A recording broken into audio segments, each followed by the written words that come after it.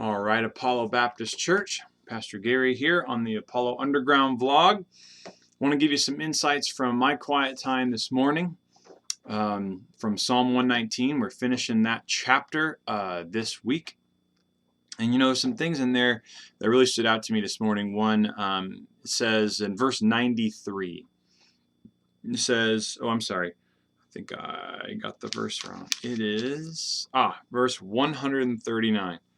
My zeal consumes me because my foes forget your words. Your promise is well tried, and your servant loves it.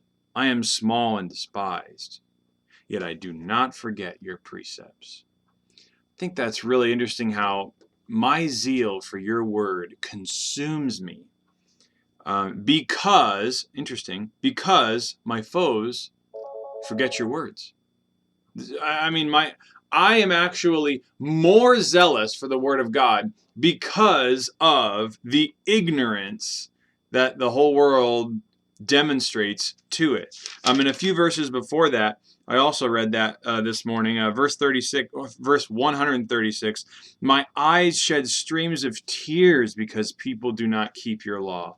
So there's, in response to the ignorance to God's law that the world, that the people around us, our friends, our family who don't know the Lord, show and they demonstrate, one, we're grieved, and two, we're zealous.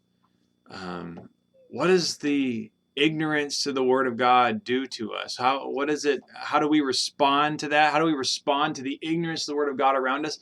We're zealous for it. When we grieve because of it, but we're zealous for it because we see with our own eyes, wow, this is good. It is a righteous law. It is perfect. This whole chapter is about how good God's rules are, God's law is. And once we see how good it is, we look at the world and say, and nobody keeps it.